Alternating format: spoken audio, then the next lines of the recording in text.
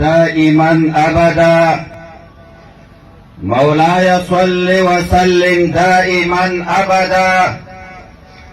على حبيبك خير الخلق كلهم. طل بشوق رسول شريف واي اللهم صل على محمد وعلى آل محمد كما صليت على إبراهيم وعلى آل إبراهيم إنك حميد مجيد. دي ویال جیدا چنن پداسی یو عظیم الشان غونډه کې ګډون کوم او بیا د خود شیخ زاید پوهنتون د یو خاتم په صفت باندې ستاسې حضور کې ولاړ یم. د غونډې برخوالو خصوصا د معارف ریاست محترم رئیس صاحب او د شیخ زاید پوهنتون محترم استادانو او د خوست د هر ریاست نه راغلو مېلمنو السلام علیکم ورحمت الله وبرکاتو. محترمو دا چې د غونډې پای ده انشاء الله تعالی خپلې خبرې په لنډو الفاظو کې تقدیموم. اوله خبره ده چونکې دا یوه علمي غونډه ده د فراغت غونډه ده. د علم باره کې لنډ غونډه دومره وایم چې محترمو علم هغه عظیم نعمت ته، علم هغه جوهر ده کله چې د انسانیت بنیاد کېښودلی شو. د انسانانو پلار حضرت آدم علیه السلام پیدا شو، جنت ته اسمانونو ته لاړ.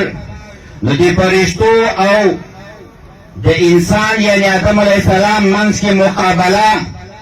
د آدم علیه السلام ته فضیلت ورکېدل هغه د علم په برکت باندې و. آدم علیه السلام ته چې فرشتې یو نوراني مخلوق د سجده کوي دا د علم په برکت. دویم کله چې رسول الله صلی الله علیه وسلم ته د وحی اولینه وحی راځي نو اول جبرئیل علیه السلام څه ته فرمایي اقرأ. د علم متعلق وحی راځي، د تعلیم متعلق وحی راځي. اوله وحی چې پیغمبر علیه السلام ته راځي او ته فرمایي اقرأ ای پیغمبر علیه السلام ولولا. قرائت او لوستل د هغه عظیم نعمت ته چې د اسمان له طرفه د جبرائیل په واسطه باندې اول رسول الله ته راځي. قرآن څه فرمایي قل هل یستوی الذین یعلمون. ورته وایي پیغمبر علیه السلام آیا هغه څوک چې علم یې کړی، آیا هغه څوک چې زده کړې کړې ده، د قرآن زده کړې کړې، د حدیثو زده کړې کړې، د طب زده کړې کړې، د انجینري زده کړې کړې، د مهندسي زده کړې کړې، د ټولنیزو علومو زده کړې کړې، آیا دغه کسان برابر دي د هغه چا سره چې د دې علومو زده کړې نه ده کړې؟ وعلى كل حال لنډه وایم علم هغه عظیم جوهر ده چې فضیلت کې قرآن مختلف آیاتونه راغلي، د رسول الله صلی الله علیه وسلم له طرف نه مختلف احادیث راغلي. که ننني عصر ته وګورو ګلالۍ زده کوونکو نن د دنیا د ازادۍ او د جګوالي او د کامیابۍ راز په علم کې پروت ده. په نړۍ کې ډېر ملکونه دي خو هغه ملکونه پرمختللي دي، هغه ملکونه په ټوله دنیا باندې بادشاهي کوي چا چې علم ته مټ ورکړی، چا چې لوستلو ته او قرائت ته مټ ورکړی. که نه موږ تاسې وینو دغه غونډه د دنیا د کومو کجمو ځایونو نه نن نګراني کېږي، کنټرول کېږي، جي پي ایس شوې ده د دې علم په برکت سره. دا نن چې موږ د غونډه کې ناست یو ډېر شیان د علم له برکته راغلي. نو محترمو شاګردانو، محترمو علم عظیم جوهر ده. دغه د فضیلت دپاره کافي بولم. دویمه خبره دا چې الحمدلله د ډېرو کړاوونو نه بعد پښتون قوم بیا خاص کر د خوست ولس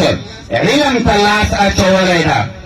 الحمدلله نن د دې له برکته دغسې ځوانان فارغېږي. په خوست کې دوه قسمه موسسې روانې، یو دولتي امارتي مکاتب او پوهنتونونه دي، یو شخصي مکاتب. الحمدلله د خوست ولس ته بلکې د ټول افغانستان ولس ته د علم په میدان کې د علم په ډګر کې کوم خدمات چې دولتي او منابعو مکاتبو پوهنتونونو پیش کړي دي، دوی سره اوږه په اوږه کې په خدمت کې خصوصي مکاتب په مخ باندې روان دي، چې د خصوصي مکاتبو له جملې نه یو هم خیرالناس ده. د خیرالناس دغه نوي ځوانانو ته اولا مبارکي وایم، د دوی والدینو ته مبارکي ورکوم، د ډېر د افتخار ځای ده. ثانیا د دوی محترمو استادانو ته، د دوی رهنماګانو ته او د خیرالناس محترم مؤسس او محترم کارمندان ډاکټر صاحب عبدالسلام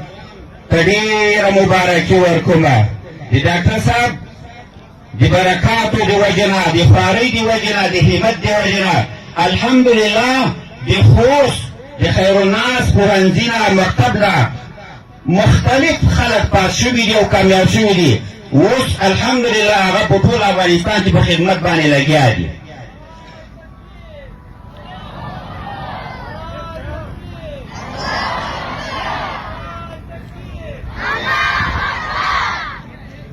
خو محترمو د خیرالناس د 12 ټولګي نه فارغېدونکو ځوانانو یا په خوست کې او په افغانستان کې چې څومره نوي ځوانان فارغېږي، یوه توصیه درته کوم، هغه دا ده چې محترمو ځوانانو، علم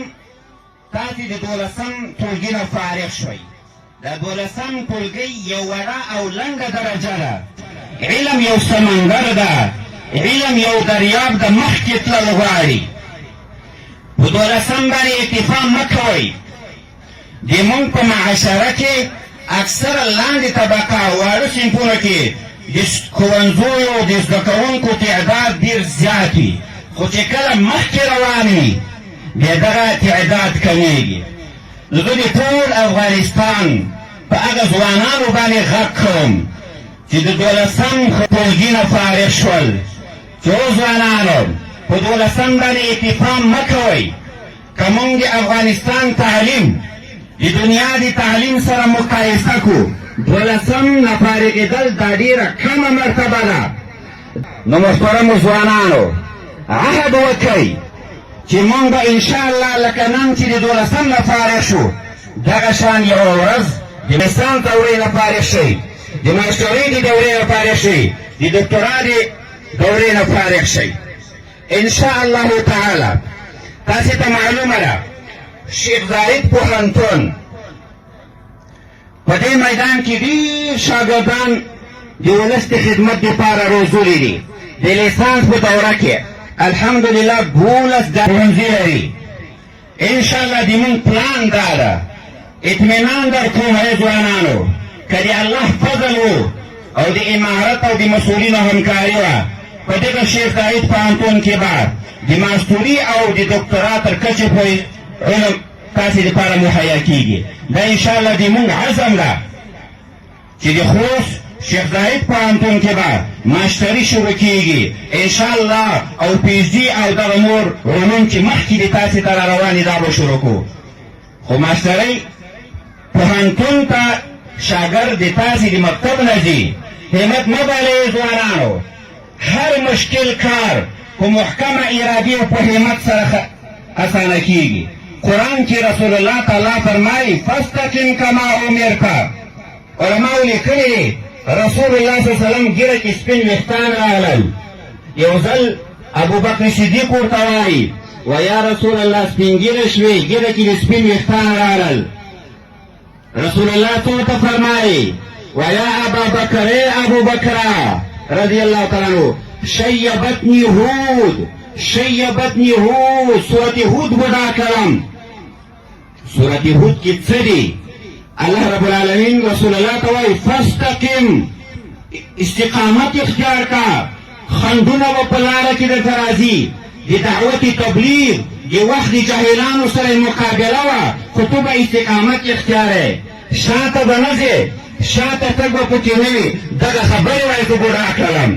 لوی د دولسم فارغینو تاسې ته م وایم دغه کوچنیو ګلانو ته هم وایم هیلې مه ناامیده کېږئ مه استقامت د لاسه مه ورکوئ د شیخ زاید پوهنتون د تاسې هدف ته ځانونه راورسوئ د افغانستان د هر پوهنتون دروازې تاسې ته خلاصې دي د تاسې ته انتظار کې دي د تاسې ځای به دغه واړه ځوانان نشي تاسې به شیخ زاید پوهنتون کابل پوهنتون او د افغانستان هر پوهنتون ته ځان رسوئ خو سره ورسره علم خالص قلم ته نه وایي علم خالص ډیګري ته نه وایي ټولنیز آداب هم باید مراعات شي ورسره ټولنیز آداب ډېر ضروري دي د پلار احترام لکه محترم رئیس صاحب مخکې وویلې د استاد احترام د خپل مکتب د خپل پوهنتون د خپلې مدرسې احترام د خپل مشر احترام ای محترمه شاګرده ای دولسم نه فارغ شوې محصله لکه څنګه چې تا باندې خپل اصلي پلار حق لري دغه شان د دې خیر الناس یو عام استاد په تا باندې حق لري کوم احترام او ادب چې د خپل پلار د خپل ورور کې دومره احترام او ادب به د خپل استاد کې که غواړې چې دنیا کې الله خدمت ته راواخلي که غواړې چې سبا یو غټه مرتبې ته ورسېږې د ادب ماده ځان کې پیدا کړه ورسره دیني علومو ته متوجه شه قرآن ته متوجه شه چې ذهن دې خلاص شي حدیث د رسول الله وګوره که د قرآن علوم وګورې یو سمندر به حیران بشې علم انګریزي زده کړه کمپیوټر زده کړه څومره دې وس وي نن سبا دنیا دومره مخکې تللې دغه نوکانو کې ځان ته تخصص کېږي که د طب ارتوپیډک ته لاړ شې په هر بند کې د انسان په هر هډوکي کې ځان ته تخصصات روان دي دنیا دومره مخته لاړه د لاس کې ځان ته تخصص ته د سترګو ځان ته تخصص ته مخکې تلل غواړي ورسره قرآن ته شان مه ورکوه